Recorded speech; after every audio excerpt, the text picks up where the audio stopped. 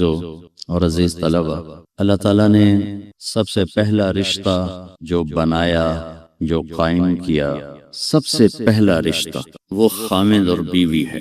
سب سے پہلا رشتہ، ماں باپ نہیں، بہن بھائی نہیں، اولاد نہیں، اس کائنات کا پہلا رشتہ خامد اور بیوی، اور انسانیت کا آخری رشتہ وہ بھی خامد اور بیوی ہے کہ جنت میں ہر شخص اپنی بیوی کے ساتھ، ہر خاتون اپنے خامد کے ساتھ ابدی زندگی گزارے گی۔ الحقنا بہم ذریتہم، ساتھ ساتھ رہیں گے اولاد، رشتہ دار، لیکن ہر جوڑا اپنی جنت میں الگ۔ تو ابتدائے انسانیت، کوئی گونج ہے آواز میں، گونج کو ٹھیک کرو گے ادھر سسٹم والے، آواز گونج رہی ہے۔ تو ابتدا انسانیت کی جس رشتے سے ہوئی وہ خامد اور بیوی، انتہا بھی خامد اور بیوی۔ اور دنیا میں بھی اگر اللہ تعالیٰ ہر ایک کو زندگی دے برکت والی لمبی، ماں باپ کی زندگی لمبی ہو جائے تو اولاد کی جب شادیاں ہو جاتی ہیں تو پھر وہی رشتہ باقی ہوتا ہے۔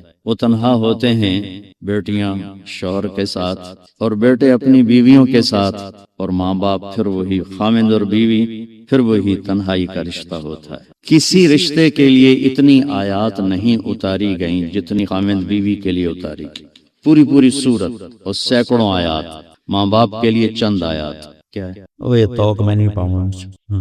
ماں باپ کے لیے چند آیات ہیں، اولاد کے لیے چند آیات، رشتہ داروں کے لیے چند آیات، لیکن خامد اور بیوی کے لیے سینکڑوں آیات۔ پورا مضمون چلتا ہے کہ خامد اور بیوی زندگی کیسے گزاریں گے، ان کی زندگی گزارنے کے آداب کیا ہیں، اصول کیا ہیں۔ دو وجہ سے اس کو زیادہ پھیلایا گیا ہے، ایک اس کی اہمیت، ایک اس کی نزاکت۔ اہمیت یہ ہے کہ یہ بنیاد ہے، یہ اگر ہل گئی تو سارا معاشرہ ہل جائے گا، اس پر سارے معاشرے کی بنیاد ہے۔ یہ دو ایسی اکائیاں ہیں جس سے سارے عدد وجود میں آتے ہیں۔ اور نزاکت اس لیے ہے کہ کوئی رشتہ ٹوٹتا نہیں، ماں بیٹے کا، ماں بیٹی کا، باپ بیٹے کا، بھائی بھائی کا، بہن بھائی کا رشتہ ٹوٹتا نہیں۔ خامد بیوی کا رشتہ ایک بول پہ ٹوٹ جاتا ہے، ایک لفظ ہوتا ہے رشتہ ٹوٹ جاتا ہے۔ تو اس لیے اس کو محفوظ رکھنے کے لیے لمبے چوڑے قرآن نے مضامین بیان کی۔ کسی رشتے کو اللہ نے اپنی نشانی کے طور پہ بیان نہیں کیا قرآن میں۔ زمین آسمان کو اللہ کہتا ہے میری نشانی ہے، ان فی خلق السماوات والارض، زمین آسمان، واختلاف اللیل والنہار، دن اور رات، والفلک التي تجری فی البحر بما ينفع الناس، سمندر میں بحری جہاز، وما انزل اللہ من السماء من ماء، آسمان سے پانی، فاحیا بہ الارض بعد موتها، زمین کا سبا، وبث فیہا من کل دابہ، اللہ کی مخلوق کا چلنا پھرنا، والسحاب وتصریف الریاح، ہواؤں کا ہیر پھیر، موسموں کا عدلنا بدلنا، والسحاب المسخر بین السماء والارض، زمین آسمان کے درمیان بادل، لآیات لقوم یعقلون، بہت بڑی نشانیاں ہیں۔ تو یہ مضمون قرآن میں کئی دفعہ آیا ہے، من آیاتہ وآیۃ لہم اللیل نسلخ منہ النہار فاذا ہم مظلمون۔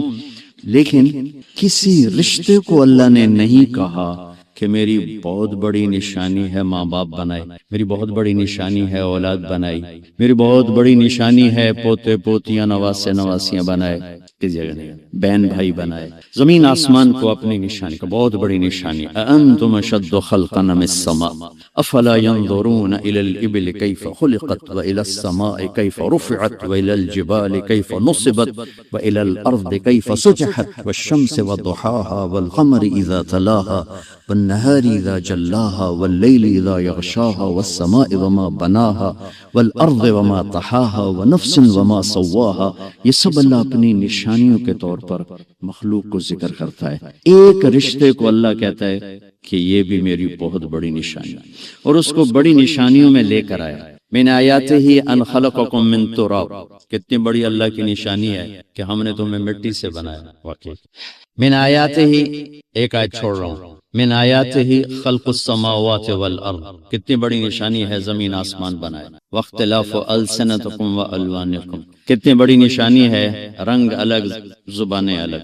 من آیاتہ منامکم باللیل والنہار، میری کتنی بڑی نشانی ہے، سلاتا ہوں اٹھاتا ہوں، وابتغاؤکم من فضلہ، رزق کی تلاش میں تمہیں لگا رہا، من آیاتہ یریکم البرق خوفا وطمعا، میری کتنی بڑی نشانی ہے، بادل، بجلی، بارش، گرج، چمک، کڑک، من آیاتہ ان تقوم السماء والارض بامرہ، میری کتنی بڑی نشانی ہے کہ زمین آسمان قائم ہیں۔ یہ جو میں نے آیات پڑھی ہیں اس میں میرا آپ کا ذہن برابر چل رہا ہے کہ ہاں بڑی نشانی، آسمان بڑی نشانی، زمین بڑی نشانی، زبانوں کا مختلف ہونا بڑی نشانی، رنگ روپ کا مختلف ہونا بڑی نشانی، زمین، بادل، بجلی، بارش، کڑک، سب بڑی نشانی۔ اب میں وہ آیت پڑھنے لگا جو میں نے چھوڑ دی، جو شاید یہ طلبہ علماء کے ذہن بھی اس طرف بہت کم گیا ہو۔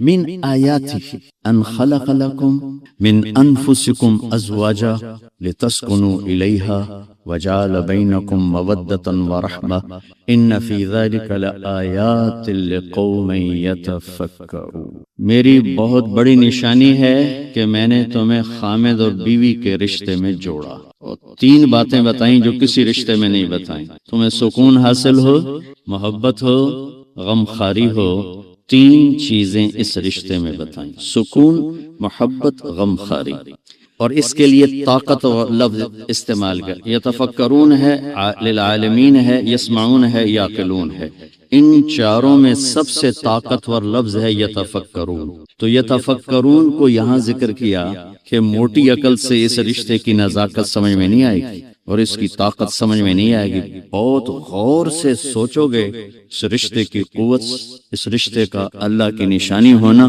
تمہارے سامنے کھل کر آئے گا۔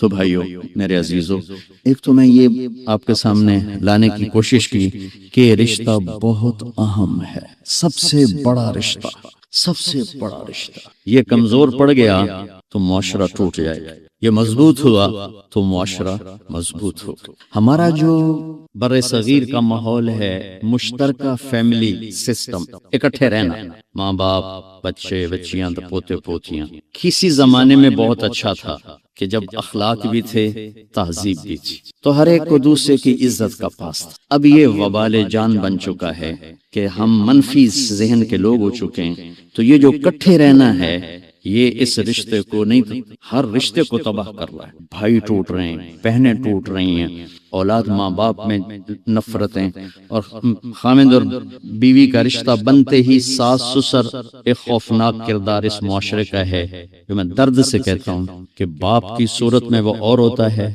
اور سسر کی صورت میں وہ اور ہو جاتا ہے، ماں کی صورت میں وہ اور ہوتی ہے اور ساس کی صورت میں وہ اور بن جاتی ہے۔ بہت بڑی مصیبت ہے، اس میں دیندار، دنیا دار، حتیٰ کہ معذرت کے ساتھ عالم غیر عالم سب برابر ہو چکے ہیں، کیونکہ معاشرت اتنا طاقتور پیغام ہے کہ وہاں علم بھی ہار جاتا ہے اور وہاں فتوے بھی ہار جاتے ہیں اور وہاں معلومات بھی ٹھنڈی پڑ جاتی ہیں۔ معاشرت اتنی طاقتور چیز ہے جو آدمی کو جکڑ لیتی، بہت اہم ہے، بہت بنیادی ہے۔ زندگی کیسے گزارنی ہے؟ لفظ نکاح میں پیغام موجود۔ لفظ نکاح عربی ایسی زبان ہے جہاں ہر لفظ جہاں لگایا گیا ہے وہاں پورا پیغام لے کر آتا ہے، پورا پیغام۔ اس کے اندر پوری بیج ہوتا ہے نا، بیج میں سارا درخت ہوتا ہے، صرف اس کو کسی جگہ لانے کی ضرورت ہوتی ہے۔ تو عربی ایک ایسی زبان ہے جس کے حروف کا بھی مطلب ہے، حروف کا، کوئی زبان ایسی نہیں جس کے حرف کا مطلب ہے۔ عربی ایسی زبان ہے جس کے حروف کا بھی مطلب ہے۔ ابن المنظور نے لکھی ہے لسان العرب 17 جلدوں میں، وہ فرماتے ہیں کہ اگر حروف پہ لکھتا تو اتنی جلدیں تیار ہو جاتی، حروف پر، وہ الفاظ پر ہے، حروف پر۔ یہ واحد زبان ہے جس کے حرف کا بھی مطلب ہوتا ہے۔ الف کا مطلب ہے، با کا مطلب ہے، تا کا مطلب ہے، سین کا مطلب ہے۔ پھر اس میں جو نقطے والے حرف ہیں وہ کمزور ہیں، جو بغیر نقطے والے حرف ہیں وہ طاقتور ہیں۔ اس میں کئی وجوہات میں ایک وجہ جو آپ سب سمجھیں گے، نقطے والا حرف اپنا مطلب بتانے کے لیے محتاج ہے نقطہ لگاؤ، اور بغیر نقطے والا حرف اپنا مطلب بتانے کے لیے کسی چیز کا محتاج نہیں، وہ آزاد ہو کر اپنا مطلب ادا کرتا ہے۔ جب اس مالک نے اپنا نام چنا تو ان حروف سے چنا جس میں نقطہ نہ آئے، اللہ۔ جب اپنے حبیب کا نام چنا تو ان حروف سے چنا جس میں نقطہ نہ آئے، محمد۔ احمد، اور جب کلمہ بنایا تو ان حروف سے بنایا کہ جس میں نقطہ نہ آئے، لا الہ الا اللہ بولو محمد الرسول نقطہ ہے۔ ہمارے علمی حلقے، دنیاوی حلقے سب اللہ کی وجہ خدا بولتے ہیں۔ یہ میرا ایک معصوم سا گلہ ہے، میں کوئی مفتی تو بڑے بڑے بڑے بیٹھے ہیں، کوئی فتویٰ نہ ٹھوکے اجے، مطلب خدا کہنا کوئی منع نہیں، سارے اکابر سارے علماء استعمال کرتے چلے آئے، لیکن یہ جڑتا نہیں اللہ کے ساتھ، اللہ ہی جڑتا ہے، چونکہ اس نے خود کہا میرا نام اللہ ہے، اس نے کہا میرا نام خدا ہے۔ خدا ایک ترجمہ ہے، خدا ترجمہ ہے، نام نہیں ہے، ترجمہ ہے، اور ناموں کا ترجمہ نہیں ہوتا، نام کو نام سے پکارا جاتا ہے۔ میں یوں کہوں زاہد صاحب کو، مولانا دنیا سے بے رغبت صاحب کیا حال ہے، مولانا خوشبودار صاحب کیا حال ہے، یہ میرا جملہ معقول ہے؟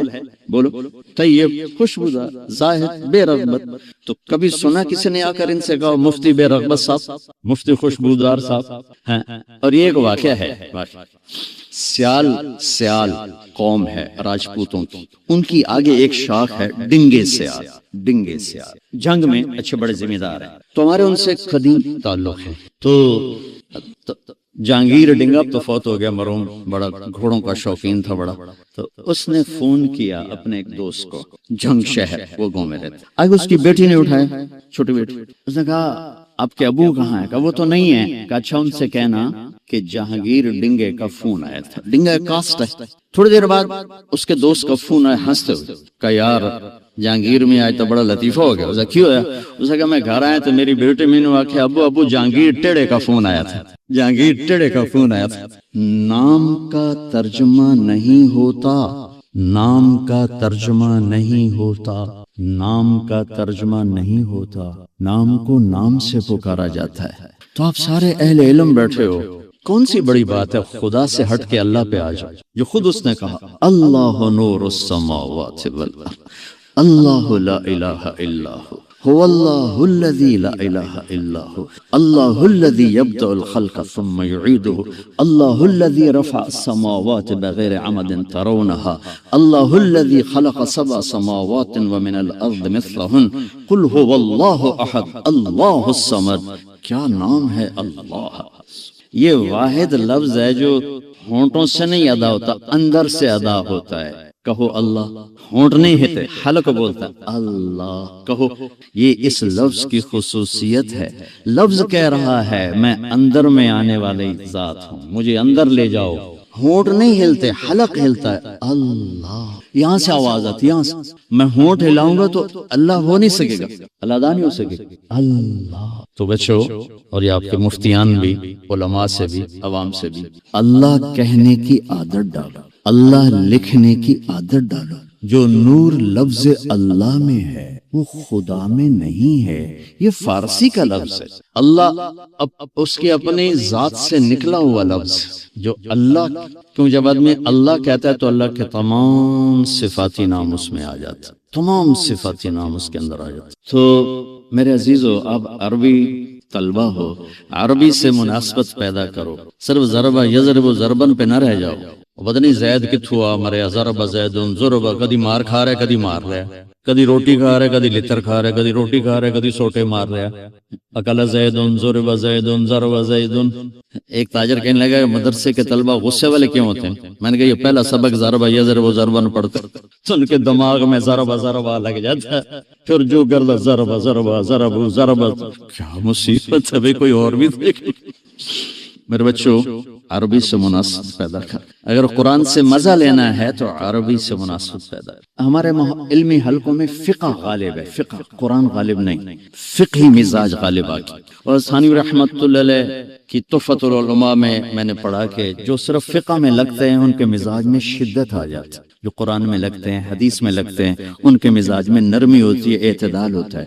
فقہ تو ایک قانون ہے، قانون پڑھنے سے تو ایمان نہیں بنتا، ایمان تو قرآن سے بنتا ہے، حدیث پاک سے بنتا ہے۔ تو میں یہ کہہ رہا تھا کہ لفظ نکاح یہاں کیوں بولا جاتا ہے؟ ایک لڑکے اور لڑکی کا رشتہ قائم ہو رہا ہے، اس رشتے کے لیے لفظ نکاح کیوں ہے؟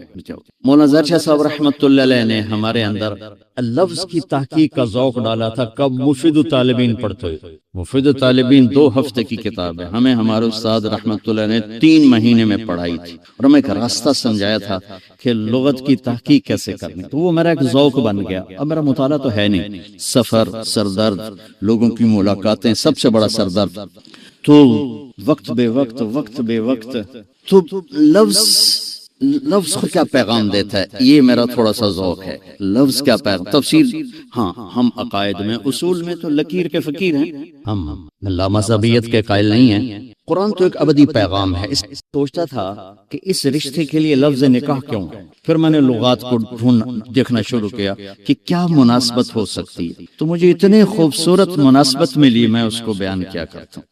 نکاح کا مطلب ہے 2 چیزوں کا یکجان ہو جانا، 2 چیزوں کا یکجان ہو جانا، اور اس کے 4 شکلیں لغت میں بتائی گئی۔ بارش کے پانی کا زمین میں جذب ہو کر یکجان ہو جانا، نیند کا آنکھوں میں اتر کر سلا کے یکجان ہو جانا، مرد کا عورت پہ اعتماد کر کے ایک جان ہو جانا، درخت کی شاخوں کا ایسے آپس میں مل جل کر یکجان ہو کر چھاؤں بنا دینا، یہ ہے لفظ نکاح کا لغوی مطلب۔ یہ یہاں کیسے فٹ آتا ہے؟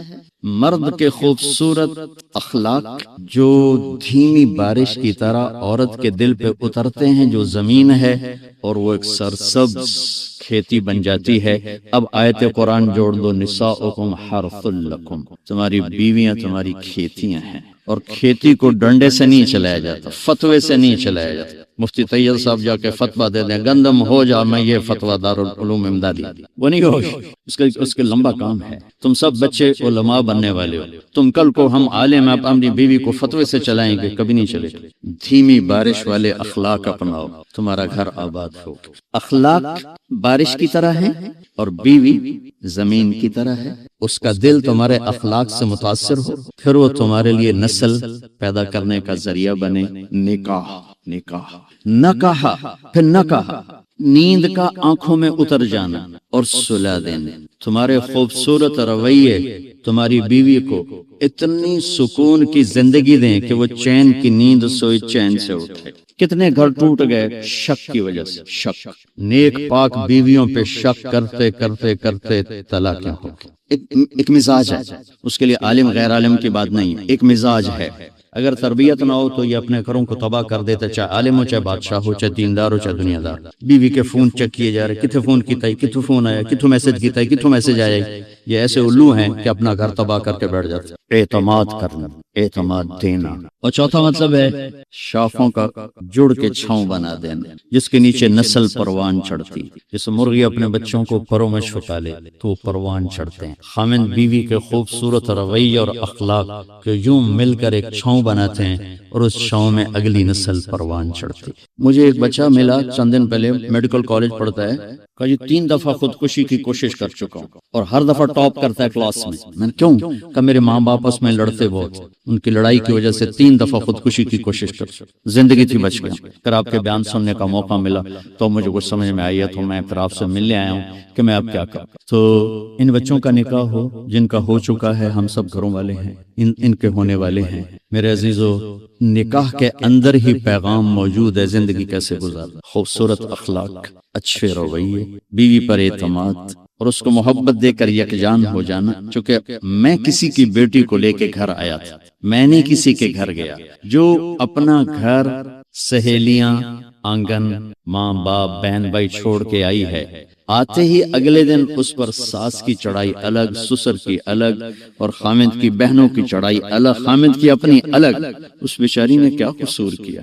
شریعت کیا کہتے ہیں؟ یہ مفتی حضرات بیٹھے کہ اگر اس صاحب استطاعت ہے تو الگ گھر لے کر دے، اگر بچی مطالبہ کرے مجھے الگ رہنا ہے تو اس کو الگ گھر لے کر دو۔ اس کی ہمت نہیں کرائے پر لے سکتا ہے تو کرائے پر لے کر دے۔ اس کی ہمت نہیں تو گھر میں ایک حصہ پورشن اس کا الگ ہو۔ اس کی ہمت نہیں تو ایک کمرہ، ایک کچن، ایک ٹوائلٹ اس لڑکی آنے والی کا حق ہے۔ اگر اس کی بھی ہمت نہیں تو روزے رکھو تے تسبیح پڑھو، کسی دے دین برباد نہ کر کسی کی بیٹی کو برباد نہ کر کہ وہ کبھی ساس کے کپڑے دھو رہی ہے، کبھی سسر کے کپڑے دھو رہی ہے، کبھی اس کی بہنوں کے کپڑے دھو رہی ہے۔ تو میری ماں دے اگو بولنا نہیں، ارے بے وقوف، اگر تیری ماں زیادتی کرے تو بیوی کو بچا، اگر بیوی زیادتی کرے تو ماں کو بچا، اگر بہنیں زیادتی کرے تو بیوی کی حفاظت کر، بیوی زیادتی کرے تو بہنوں کی حفاظت کر، سسر کی طرف سے شدت ہے تو اپنی بیوی کے ساتھ ہو جا، بیوی کی طرف سے بدتمیزی ہے تو اپنے ماں باپ کی حفاظت کر، یہ لے جانے والے کی ذمہ داری ہے۔ لیکن چونکہ ہم معاشرت پڑھتے نہیں،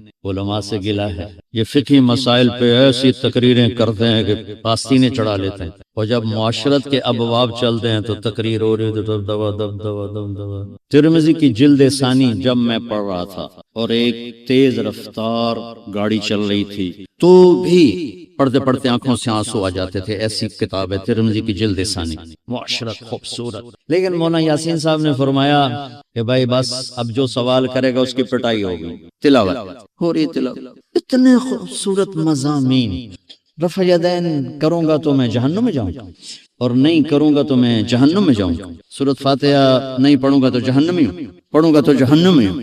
یہ وہ مسائل ہیں جن پر جنت اور جہنم کا دار و مدار نہیں ہے، لیکن جو معاشرت میں بتا رہا ہوں یہ وہ ہیں جن پر جنت اور جہنم کا دار و مدار ہے۔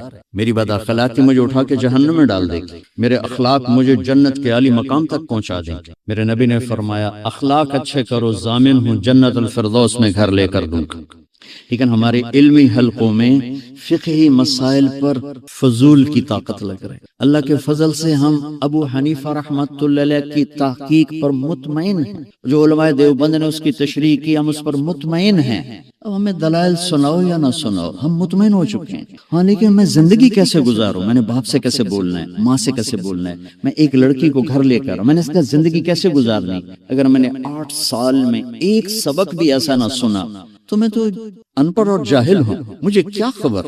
وہ فریب خردہ شاہی جو پلا ہو کر گسوں میں، اس سے کیا خبر کہ کیا ہے روح رسم شاہ بس۔ میں گاؤں میں تھا، ایک ہمارے قریب دیہاتی 2 ایکڑ زمین ٹوٹل، غریب بندہ، اس رمبی مار مار اپنے پتر کو عالم بنایا۔ ایک دن میرے پاس لے کر آیا، کہنے لگا مولانا صاحب اے میرا پتر پڑھیا تھا پر کڑیا کوئی نہیں، ان پڑھ۔ میں کہ کہوں کی گل ہے کہ ہم تو ماں پیو نال گل کرن دے ول نہیں، ہم پتہ نہیں کی پڑھتے آیا، ماں دے گل لگ جاندا ہے، میرے گل لگ جاندا ہے۔ یہ ایک ان پڑھ کا تجزیہ تھا کہ 10 سال کے بعد بچہ گھر آیا، اسے ماں باپ سے بولنے کا سلیقہ نہیں، تو بیوی سے کیا بولے گا؟ جس ماں نے جنا جب وہ اس کو عزت نہیں دے رہا، شریک کو کہاں سے عزت دے؟ تو بھائیو یہ دین سکھاؤ۔ میں نے اپنے استاد محترم سے میں کہا استاد یہ گلہ کروں، کہنے لگے کیا؟ میں کہا آپ نے ہمیں علم بھی سکھایا، آپ کا شکر ہے، آپ نے ہمیں تبلیغ سکھائی، آپ کا احسان ہے، لیکن آپ نے گھر کی زندگی نہیں سکھائی۔ ہم چھوٹی چھوٹی باتوں پہ ماں باپ کو ناراض کرتے رہے، بیوی کو ذلیل کرتے رہے، تو وہ مولانا احسان صاحب رونے لگے، کہنے لگے تو نے بڑی دیر کے بعد ہمیں بتایا۔ تو مولانا عبد الرحمن صاحب میرے دوسرے استاد بیٹھے تھے، فرمانے لگے نہیں ہم نے بتایا ہے۔ میں نے کہا استاد جی بتایا نہیں، گزارا ہے، گزر جا۔ یہ چھوٹے اسٹیشن نہیں، رسالے والا، پکانا، یہاں بڑی گاڑیاں نہیں ٹھہرتی، یہ سارے علماء بڑی گاڑیاں سیدھا جا کراچی کھلوندے۔ میرے بچوں معاشرت نہ سیکھی تو جنت اور جہنم کا مسئلہ بن جائے گا، اور اختلافی مسائل کوئی ادھر ہے کوئی ادھر ہے، ساری جنت میں جائیں، چونکہ یہ وہ چیزیں نہیں ہیں۔ مولانا انور شاہ صاحب کشمیری رحمۃ اللہ علیہ کی بہت بات قول فیصل ہے کہ جو انہوں نے فرمایا کہ ساری زندگی فقہ حنفی کی ترجیحات کو ثابت کرتے گزار دی، زندگی ضائع کر دی۔ ابو حنیفہ کو میری ترجیحات کی کیا ضرورت، اور قیامت کے دن اللہ ان چاروں میں سے کسی کو رسوا نہیں کرے گا، کون راجے کون مرجو، یہ سب سردار ہیں۔ اور مجھے بھی واقعہ یاد آ گیا، روز الفائق میں پڑھا تھا آج سے 30 سال پہلے، کہ ایک آدمی نے دیکھا جنت میں ایک ستون ہے، تو اس کو 4 آدمیوں نے نا زنجیروں سے ادھر ادھر ادھر ادھر کر کے نا یوں پکڑا ہوا، اور ہر ایک زور لگا رہا ہے۔ تو ان کے جی میں آتا ہے اگر انہوں نے ستون کو کھینچنا ہے تو کٹھے ہو کے زور لگائیں، ایک ادھر لگاتا ہے، ادھر لگاتا ہے، ادھر ادھر۔ تو ایک فرشتے سے پوچھتا ہے بھائی یہ کیا چکر ہے، یہ ستون کیا ہے، یہ لوگ کون ہیں؟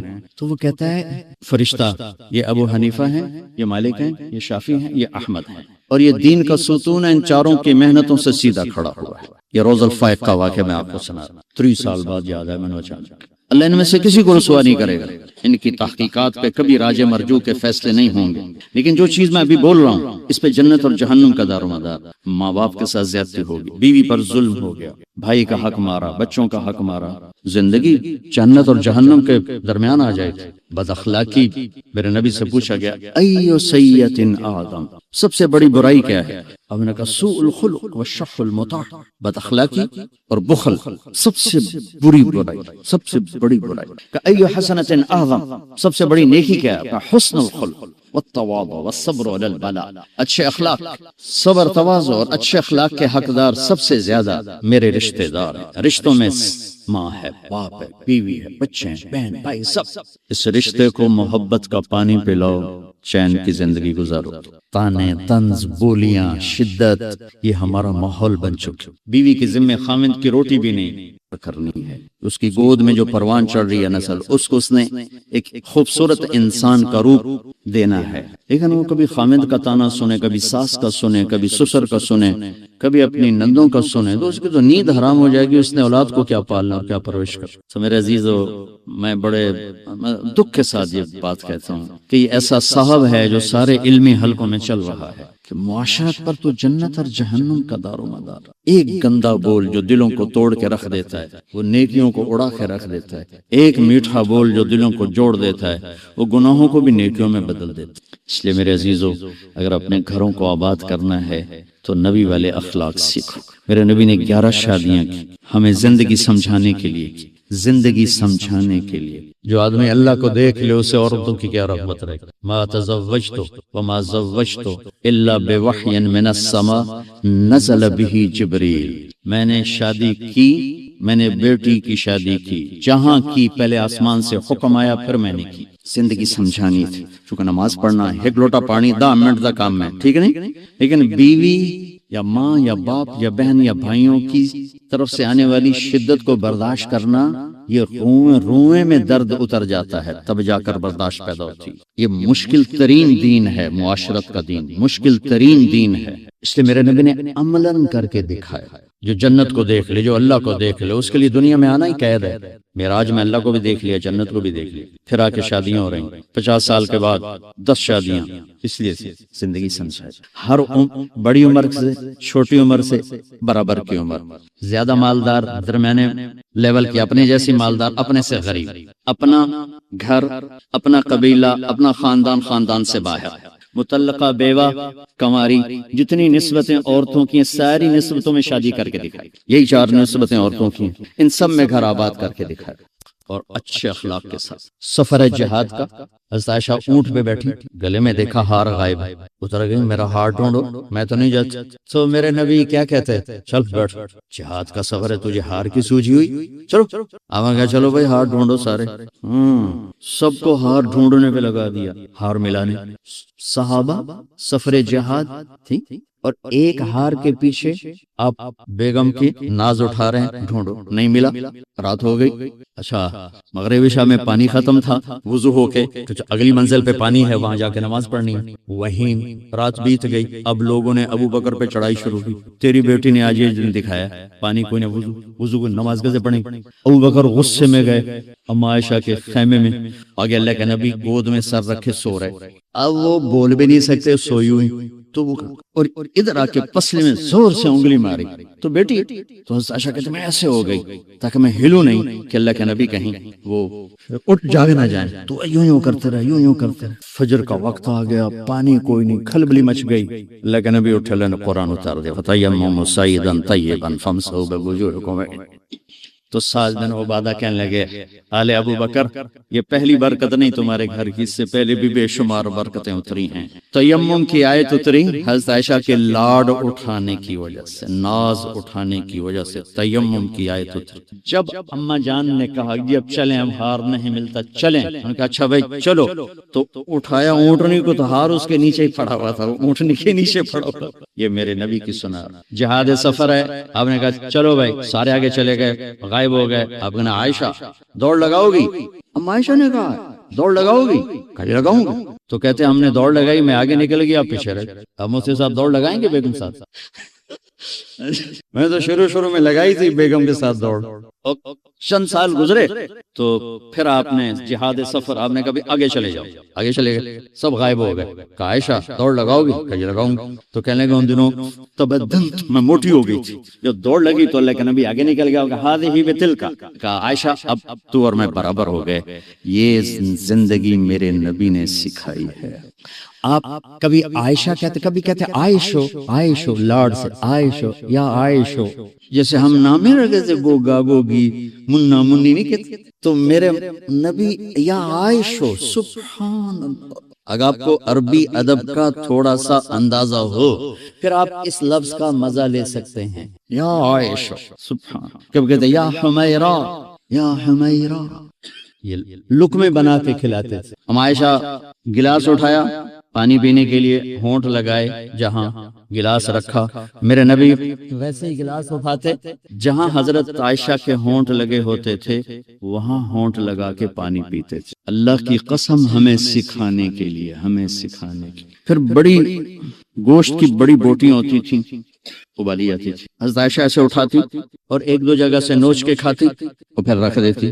تو اللہ کے نبی اٹھاتے اسی گوشت کے ٹکڑے کو جہاں حضرت عائشہ نے کاٹا ہوتا تھا وہاں سے کاٹ کاٹ کے کھاتے تھے. میرے رب کی قسم یہ صرف ہمیں سکھانے کے لیے. یہ ابواب پڑھانے کے ہیں. ان ابواب کو اگر آپ نے نہ پڑھا تو آپ ایک جاہل ہوگے گھر کی زندگی کے بارے میں. آپ کو کچھ پتہ نہیں ہوگا کہ گھر کی زندگی کیا ہوتی ہے، کیسے ہوتی ہے. عرب کے ماحول میں بیوی سے اظہار عشق عیب، عیب. معشوق سے اظہار عشق فخر. میری بات سمجھ میں آ رہی؟ بیوی سے محبت کا اظہار عیب تھا، رن مرید زن مرید، تو ہمارے ہاں بھی ہے. اور معشوق سے عشق یہ ایک فخر کی بات. یہ چند شعر سناتا ہوں. هل تبکین لیلا اذا مت قبلها وقام على قبر النساء النواح. لیلا کے لیے اس کا مجنون، ہم تو مجنون کہتے ہیں، اس کا نام تھا توبہ. توبہ ابن السم الخفاجی، عراق کا قبیلہ. خفاج مکے میں آباد ہے اب بھی. نام آیا نا لیلا کا. کما لو اصاب الموت لیلا بکیتها وجاد لها دمع من العین صافح. لیلا کا نام آیا. واغبط من لیلا بما لا اناله بلا كل ما قرت به العین طائح. پھر بھی لیلا کا نام آیا.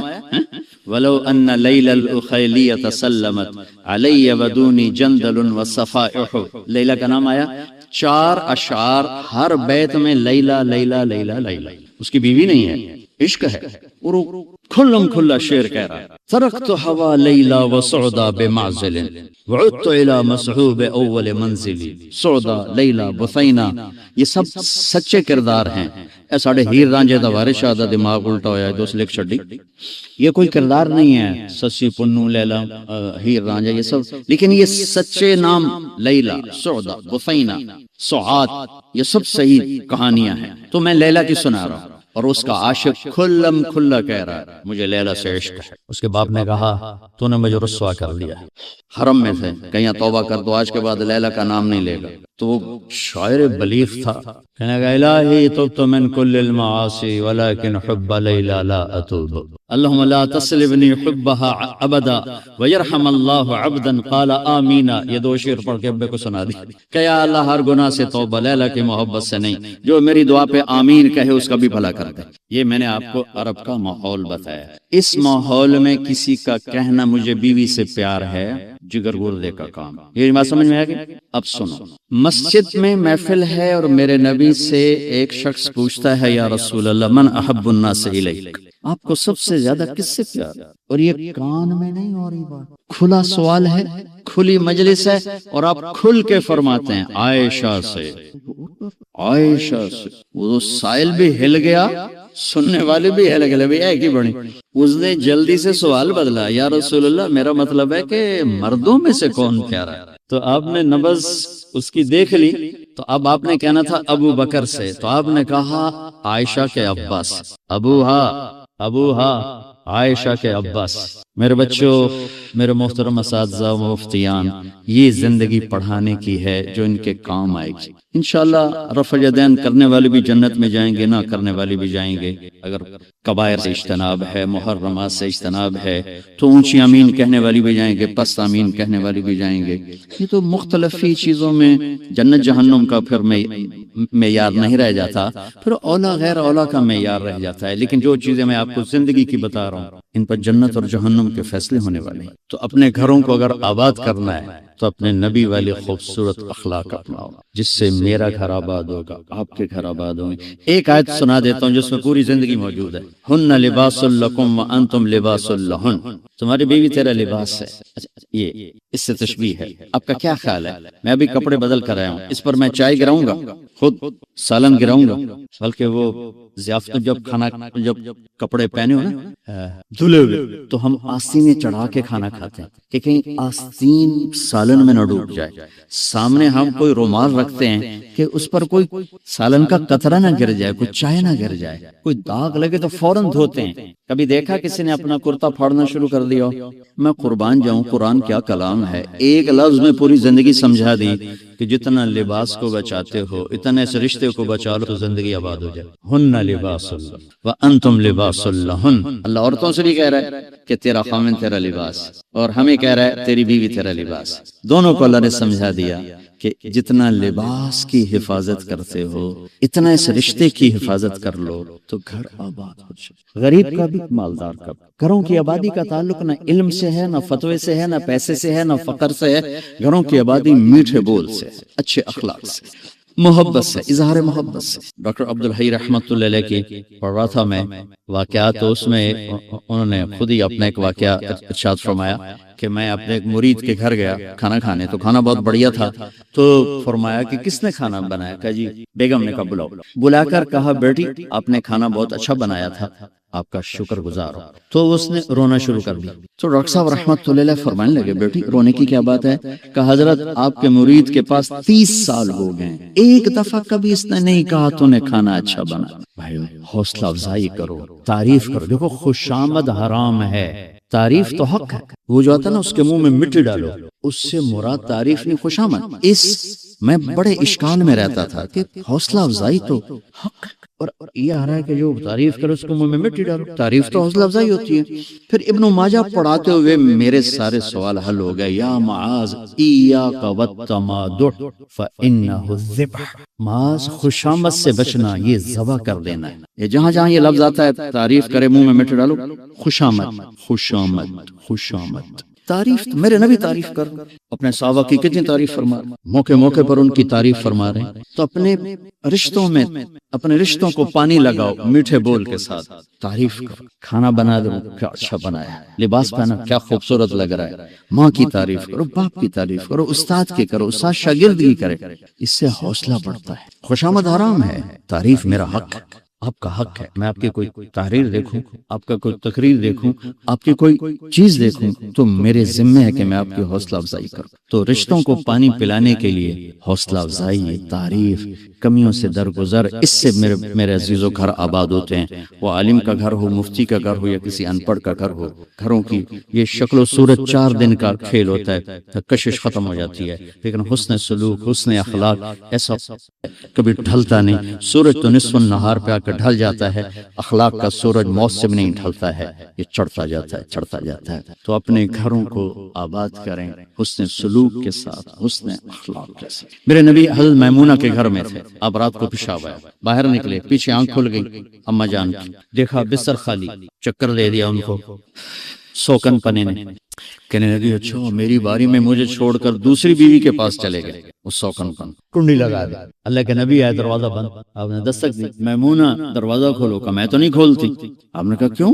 کہا مجھے چھوڑ کے دوسری بیوی کے پاس چلے گئے۔ کہا اللہ کی بندی انی حاقن، حاقن کہتے ہیں زور سے پیشاب آیا۔ کہا مجھے پیشاب آیا تھا بڑے زور کا۔ کہا کوئی پیشاب نہیں، مجھے پتا ہے آپ کہاں گئے ہیں۔ وہ حضرت عائشہ پیشاب ہو رہا تھا، تو آپ نے کہا اب میمونہ انا رسول اللہ، میں اللہ کا رسول ہوں، صرف تیرا خاوند نہیں ہوں، میں کیسے خیانت کر سکتا ہوں؟ پھر ان کو کرنٹ لگا، پہلے وہ سوکن پنا آئے گا تھا، سوکن، کن کیسے کہتے ہیں؟ لوہے کو تیز کرتے ہوئے، دھار بناتے ہوئے جو چھوٹے چھوٹے ذرات اڑتے ہیں، ذرات، اس کو کن کہتے ہیں۔ آنکھ میں پڑ جائے نا تو آنکھ آدمی تڑپ جاتا ہے، تو جس کی آنکھ میں 100 ذرے پڑ جائیں اس کا کیا حال ہوگا؟ یہ ہے 100 کن، 100 کن اس سے ہے کہ آنکھوں میں 100 ذرے پڑ گئے، بشر ہے۔ تو انہوں نے کہا، آپ نے کہا میں اللہ کا رسول ہوں، میں خیانت کر سکتا ہوں؟ پھر تو جا کے نا دروازہ کھولا ڈرتے ڈرتے، تو اللہ کے نبی مسکراتے ہوئے آئے اور آ کر اپنے چارپائی پہ لیٹ گئے، ایک لفظ نہیں بولا، ایک لفظ۔ میرا عزیزو، یہ میرے نبی کی خوبصورت زندگی ہے جس میں یہ سارے دروس موجود ہیں۔ زندگی کو حسین بنانے کے لیے پیسہ نہیں چاہیے، اخلاق چاہیے، شکل صورت بھی نہیں چاہیے، اخلاق چاہیے، اچھے اخلاق، میٹھا بول، ایک بول پہ دل خرید۔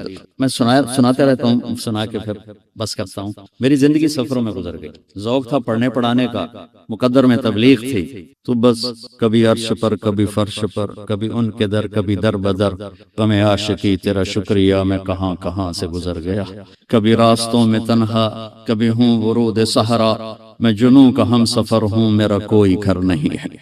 تو زندگی گزر گئی سڑکوں پر، پھر ٹرکوں بسوں کے پیچھے جملے ہوتے ہیں، میں نے جوڑے ہوئے ہیں۔ تو نئی بس کے پیچھے لکھا ہوتا ہے، ویکھ ٹور چکوری دی۔ چکور نخرے سے چلتا ہے، میں نے زامبیا کے جنگل میں چکور دیکھا نا، تو مجھے پتا چلا کہ ویکھ ٹور چکوری دا کیا مطلب ہے۔ کوئی چکور بڑے نخرے سے چلتا ہے۔ جب پرانی ہوتی ہے تو لکھا ہوتا ہے ہارن دے کر پاس کر، جب اور پرانی ہوتی ہے تو لکھا ہوتا ہے یا پاس کر یا برداشت کر، جب اور پرانی ہو تو ایک ملنگ بنا ہوتا ہے، لکھا ہوتا نہ چھیڑ ملنگا۔ پرانی کو جب رنگ روغن ہو جاتا ہے تو پھر لکھا ہوتا خدا نے ایک بار پھر دلہن بنا دیا۔ یہ تو ہے لایانی، لیکن ایک بامانہ سناتا ہوں۔ میں ایسے نا کتاب پڑھ رہا تھا، گاڑی میں بیٹھا ہوا، تو تھک کے نا میں نے ایسے سر اوپر، چہرہ اوپر اٹھایا، تو ہم ایک بس کو کراس کر رہے تھے۔ اس کے پیچھے ایک جملہ لکھا تھا جس پر میں وہ سناتا ہوں آپ کو کہ کیا کمال ہے، لقمان کی حکمت اس نے سمو دی۔ لکھا تھا دل، بہت بڑا سرخ رنگ کے ساتھ دل، آگے لکھا تھا برائے فروخت، برائے فروخت، نیچے لکھا تھا قیمت، آگے لکھا تھا ایک میٹھا بول، ایک میٹھا بول۔ بچوں آپ کے ساتھ علم کی نسبت ہے، سختی کا بول نہ بولنا، شدت کے بول نہ بول۔ ہماری خطابت نے ہمیں جتنا نقصان پہنچایا اتنا اوروں نے نہیں پہنچا، ہمارے خطیبوں نے جتنا نقصان پہنچایا اتنا اوروں نے نہیں پہنچایا۔ شدت، گالی کا جواب گالی، بدتمیزی کا جواب بدتمیزی، یہ اہل حق کا شیوا نہیں۔ قالو سلاما، وہ قالو سلاما والے تھے ہمارے بڑے، وہ گالی کا جواب گالی نہیں دیتے تھے، شدت کا جواب شدت سے نہیں دیتے، بدتمیزی کا جواب اخلاق سے دیتے، اور سارے تزکیہ کی انتہا حسن سلوک اور حسن اخلاق، سلوک کی منزلوں کی انتہا ہے اخلاق اچھے ہو جائے، نرمی اختیار کرنا۔ اللہ کہیں ممبر پہ بٹھائے، اختلافی مسائل پہ تقریر نہ کرنا، یہ وہ جو لوگوں کی جو ضرورت ہے وہ لوگوں کو بتانا، محبت سے، پیار سے، مٹھاس سے۔ اختلافی چیزیں درسگاہ کی ہیں، تحقیق کرنی ہے تو ضروری ہے، لیکن جب ممبر پر آؤ دین پیش کرو، زندگی پیش کرو، بیوی سے ملو مسکرا کے ملو، ماں سے ملو مسکرا کے ملو، چہرے کی بشاشت بھی صدقہ ہے، ابتسام کا فی وجہ اخی کا صدقہ۔ اور بیوی گرم ہو جائے چپ ہو جاؤ، کام ختم ہو جائے۔ ایک نوجوان آیا کہنے لگا میرا بیوی سے جھگڑا رہتا ہے، کوئی تعویذ دو۔ میں نے کہا بیویوں پہ تعویذ نہیں چلتے ہوتے۔ انہوں نے کہا تو کیا کروں؟ میں نے کہا ایک سنت پہ عمل کرو، جب بھی کھانے پر بیٹھو 2-3 لقمے ہاتھ سے کھلا لیا کرو۔ اس نے کہا اس سے کیا ہوگا؟ میں نے کہا پہلے تم کرو پھر دیکھو کیا ہوتا ہے۔ 2 ہفتے بعد اس کا فون آیا، ویسے ہی حال پوچھنے۔ تو میں نے کہا میری بات کا کیا ہوا؟ کہا جی کچھ نہیں ہوا۔ میں نے کہا کیوں نہیں کیا؟ کہ مجھے شرم آتی۔ میں نے کہا لڑتے ہوئے شرم نہیں آتی؟ سنت میں عمل کو تو شرم ہے۔ گاؤں میں پہلوان آ گیا تھا ادھر تقسیم کے، امرتسر کا تھا، کشمیری، تقسیم کے بعد لاہور آ گیا تھا۔ سبزی لیتے ہوئے کوئی جھگڑا ہو گیا، سبزی والے اس نے وہ وزن کرنے والا باٹ اٹھا کے مارا، یہاں لگا، خون نکلا۔ اس نے وہ پگڑی کو کھول کے نیچے سے پھیر کے یوں باندھ کے چل پڑا۔ تو لوگوں نے کہا پہلوان جی، گاما پہلوان منفرد گزرا، 50 سال میں کبھی شکست نہیں کھائی۔ تو ویسے آپ کو خون نکال دیا، آپ چو کر کے چل پڑے۔ کہنے لگا ماڑے نو مار دیا شرم آمد، ماڑے نو مار دیا شرم آمد۔ میں کہا عورت کمزور ذات، تو بے وقوف ہے، چل۔ میں نے جو کہا کر۔ گھنٹے بعد اس کا فون آیا، مولانا میں نے جو اس کے منہ میں لقمہ ڈالا اس کا منہ کھلا رہ گیا۔ کہنے لگے تم خود تو نہیں کر سکتے، کس نے یہ سبق سکھایا؟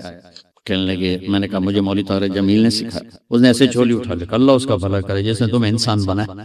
ہماری قوم راجپوت ہے، ہم میں ایک شاخ رنگڑ، وہ بالکل ہی پیدل ہوتے ہیں، یعنی بہت ہی اکھڑ ہوتے ہیں. پیدل کم یہ نہیں کہ بیکل نہیں، اکھڑ ہوتے ہیں. تو ایک ہمارے قریبی دوست وہ ہمارے ساتھ ایسی جماعت میں چلتے، میں روز میری یہ باتیں سنتے مجھے نہیں پتا گھر میں کیا تبدیلی آ. میں نے ان کے گھر فون کیا، میں نے کہا امین بھائی ہیں؟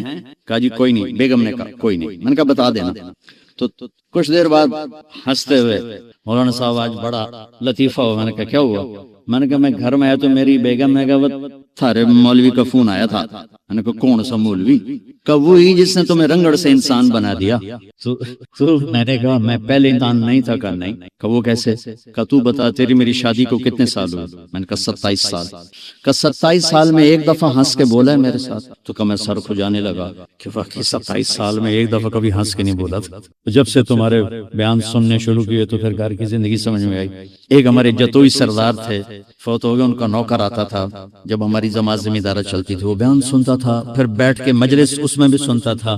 تو مجھ سے کہنے لگا ہوگا کوئی 60-65 سال، مولانا صاحب میں اس واری اپنی سوانی سمجھ بھی ہماری علاقے کی زبان ہے، میں اپنی سوانی نو آکھیا ہے ہن میرا دل ان کریندا ہے تینوں باواں منجی تے تیرے پیر دھو تے میں او پانی پیواں. اس اگوں میں نے آکھیا لکھ لعنت ساری حیاتی مینوں لتر مارے نہیں.